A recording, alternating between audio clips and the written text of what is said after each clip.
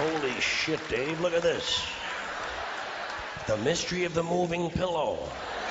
I think it's related to the chain link fence mystery myself.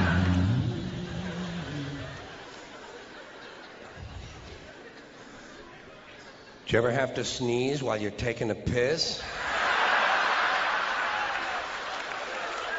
It's frightening, isn't it?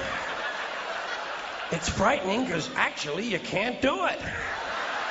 It's physically impossible to sneeze while pissing.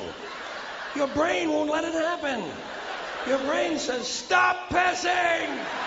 We're going to sneeze now! Because your brain knows you might blow your asshole out.